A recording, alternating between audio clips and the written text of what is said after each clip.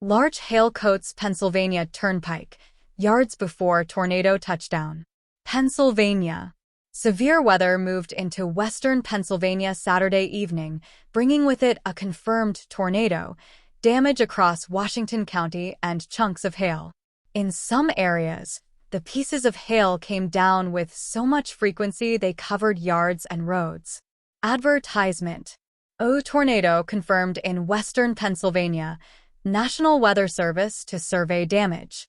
On the Pennsylvania Turnpike, heading east to New Stanton, hail had vehicles pulled over with the road covered.